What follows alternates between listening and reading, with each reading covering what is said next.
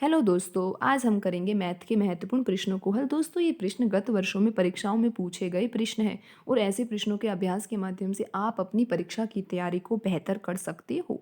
तो आइए दोस्तों शुरू करते हैं आज का पहला प्रश्न। दोस्तों, यहाँ पर प्रश्न में लिखा हुआ है कि गुणनफल 584 मल्टीप्लाई 128 फिर मल्टीप्लाई 617 मल्टीप्लाई 413 में इकाई का अंक क्या होगा। दोस्तों, आपको यहाँ पर क्या करना है, इन चारों संख्याओं का गुणा करना है और उसके बाद सिर्फ आपको यही देखना है कि इकाई का अंक क्या होगा। दोस्तों, हम आपको यहाँ पर ये बताना चाहेंगे, जैसे ये एक संख्या लिखी हुई है 324, तो यहाँ पर जो ये अंतिम अंक 4 लिखा हुआ है, यही अंक जो होता है वो इकाई का अंक होता है। तो दोस्तों, जब हम इन चारों संख्याओं का गुणा करेंगे तो उसके बाद हमारे को एक बड़ी सी संख्या प्राप्त होगी और फिर हम उस बड़ी सी संख्या में ये देखेंगे कि अंतिम अंक इकाई का अंक कौन सा है और वही हमारा आंसर होगा।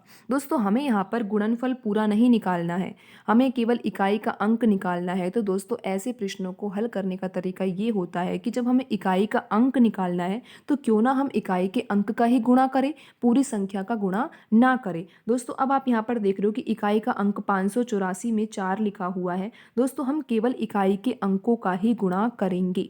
दोस्तों, यहाँ पर 4 है, यहाँ पर 8 है, तो दोस्तों आप यहाँ पर 8 लिख लीजिए। यहाँ पर 7 दे रखा है तो आप 7 लिख लीजिए और यहाँ पर इकाई का अंक 3 है तो दोस्तों आप 3 लिख लीजिए। दोस्तों, अगर आप इन चारों संख्याओं का भी गुणा करके उत्तर लेके आते हो और आपका जो इकाई का अंक प्राप्त होगा वही आपका आंसर होगा। तो दोस्तों, अब आपको और भी आसान तरीके से हम बताते हैं कि कैसे हल करोगे। दोस्तों, जब आप 4 का गुणा 8 से करोगे तो दोस्तों आपको 32 प्राप्त होगा।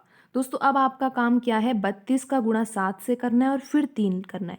दोस्तों, अब आप यहाँ पर लिख सकते हो 32 गुणा 7 गुणा 3। दोस्तों, अब आप 32 का गुणा 7 से ना करिए, दोस्तों आपको सिर्फ इकाई का अंक लेना है। आप 32 में से भी इकाई का अंक क्या लोगे दोस्तों, आप 32 में से भी इकाई का अंक 2 लोगे और अब आपके पास शेष संख्याएं यहाँ पर 7 और ये 3 बची हुई है। दोस्तों, अब आप इनका गुणा कर सकते हो। जब आप 2 का गुणा 7 से करोगे दोस्तों तो आपको क्या प्राप्त होगा, 14 प्राप्त होगा और 14 का गुणा अब आपको किससे करना है दोस्तों, 3 से करना है।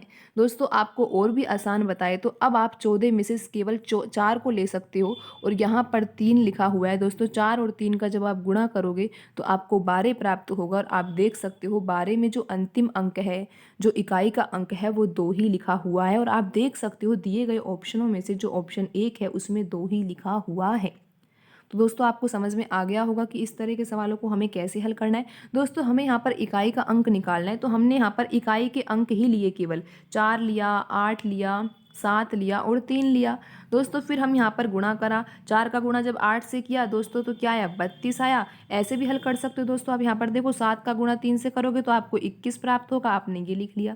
दोस्तों, अब आप यहाँ पर भी इकाई का अंक ही लोगे, यहाँ पर 2 लोगे और यहाँ पर 1 लोगे। तो दोस्तों, जब आप 2 का गुणा 1 से करोगे तो आपका आंसर क्या आएगा दोस्तों, 2 ही आएगा। तो दोस्तों, इस तरह से सवालों को हल करने का तरीका ये होता है कि अगर इकाई का अंक पूछा गया है तो आप इकाई के अंकों का ही गुणा कीजिए और तुरंत अपने आंसर को प्राप्त कीजिए।